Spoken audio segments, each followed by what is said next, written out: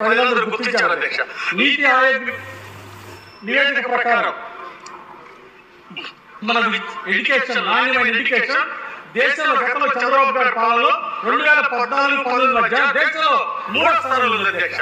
కానీ నియంత్రణ పాలనలో, దోపిడీ పాలనలో జీవో నెంబర్ 117 తీసుకొచ్చి విద్యా వ్యవస్థను సర్వనాశనం చేశారు అధ్యక్ష. దేశంలో 13వ స్థానానికి పడిపోయింది అధ్యక్ష. 3వ స్థానం నుండి 13వ స్థానానికి 19వ స్థానానికి పడిపోయింది అధ్యక్ష. విద్యా ప్రమాణాలు పడిపోయింది అధ్యక్ష. అట్లాగే పట్టిసీమ చంద్రబాబు గారు కేవలం 14,000 కోట్లు ఖర్చు పెట్టి 50,000 కోట్ల పంటల దిగుబడి సాధించారు అధ్యక్ష. కానీ గత ప్రభుత్వంలో పట్టిసీమ మూసేసి రాయలసీమ కూడా సరిగ్గా నీళ్ళు ఇవ్వకుండా అన్యాయం చేశారు అధ్యక్ష. అధ్యక్ష, ఇవన్నీ నేను ఎందుకు చెప్తున్నానంటే, కష్టపడి రాష్ట్రాన్ని బ్రహ్మాండంగా ఒక విజనరీ నాయకుడు రాష్ట్రాన్ని అభివృద్ధిలో ఎలా ముందుకు తీసుకెళ్లారంటానికి 2014-19 మధ్య జరిగిన ప్రభుత్వం అధ్యక్ష. ఊళ్ళో అభివృద్ధి జరిగింది అధ్యక్ష. ఊళ్ళో సిమెంట్ రోడ్లు వేశారు, అభివృద్ధి జరిగింది. నదుల అనుసంధానం ముందుకెళ్ళింది. రాజధాని అభివృద్ధి మీరే చూశారు.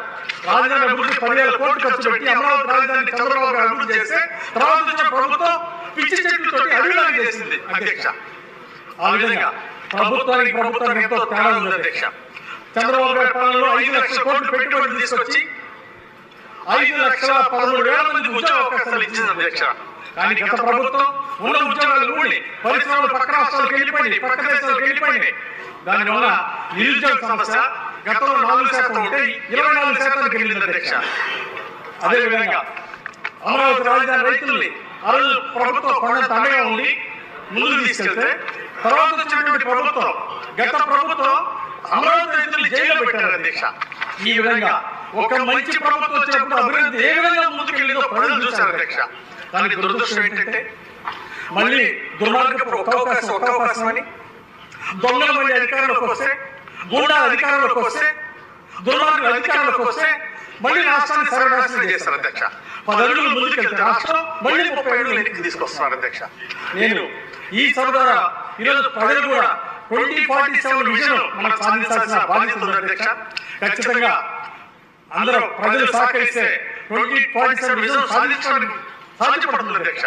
ఆరోగ్య ఆంధ్రప్రదేశ్ని, ఐశ్వర్య ఆంధ్రప్రదేశ్ని, సంతోష ఆంధ్రప్రదేశ్ మనం సాధించుకోగలుగుతాం అధ్యక్ష. ఎలా అంటే, ఇలాంటి దుర్మార్గ ప్రభుత్వాలు రాకుండా ప్రజలు జాగ్రత్తలు తీసుకోవాలి.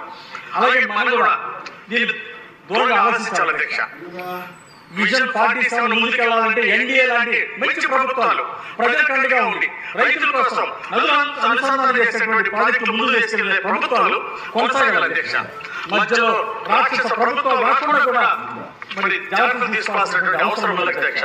అట్లాగే మళ్ళీ నాలెడ్జ్ సెంటర్లుగా అమరావతిని, విశాఖపట్నాన్ని, తిరుపతిని నాలెడ్జ్ సెంటర్లుగా తీర్చిదిద్ది మళ్ళీ లక్షల మందికి ఉద్యోగ అవకాశాలు కల్పించడానికి ప్రభుత్వం ముందుకెళ్తుంది అధ్యక్ష. నదుల అనుసంధానం ద్వారా గోదావరి, పెన్నా నదులు, అలాగే నగరి అన్ని నదులు కూడా అనుసంధానం చేసి 5 మహానదులు అనుసంధానం చేసి దీనివల్ల రాష్ట్రంలో 30 లక్షల ఎకరాలకి కొత్తగా సాగులో తీసుకురావడం, బొల్లాపల్లి నిర్మాణాన్ని పూర్తి చేయడం, దానివల్ల రైతాంగం యొక్క తలసరి ఆదాయం దేశంలో ఆదర్శంగా తీర్చిదిద్దడానికి ఈ ఎన్డీఏ ప్రభుత్వం ముందుకెళ్తుంది అధ్యక్ష. చంద్రబాబు గారి ఆకాంక్షలు నెరవేరాలని, ఖచ్చితంగా అది సాధించుకునే దిశగా మనందరం ముందుకు నడవాలని కోరుకుంటూ, ఆరోగ్య ఆంధ్రప్రదేశ్గా, ఆనంద ఆంధ్రప్రదేశ్గా, అలాగే ఆదాయంలో సంపన్న రాష్ట్రంగా, దేశంలోనే ఒక సంపన్న రాష్ట్రంగా మన రాష్ట్రం ముందుకెళ్లాలని అందరూ సమిష్టి కృషి చేద్దామని కోరుకుంటూ, చంద్రబాబు గారి విజన్ ఆశయం నెరవేర్చడానికి ప్రజలందరూ అండగా ఉంటారని కోరుకుంటూ, అండగా ఉండాల్సిన బాధ్యత ప్రజల మీద ఉందని తెలియజేస్తూ ధన్యవాదాలు తెలియజేస్తూ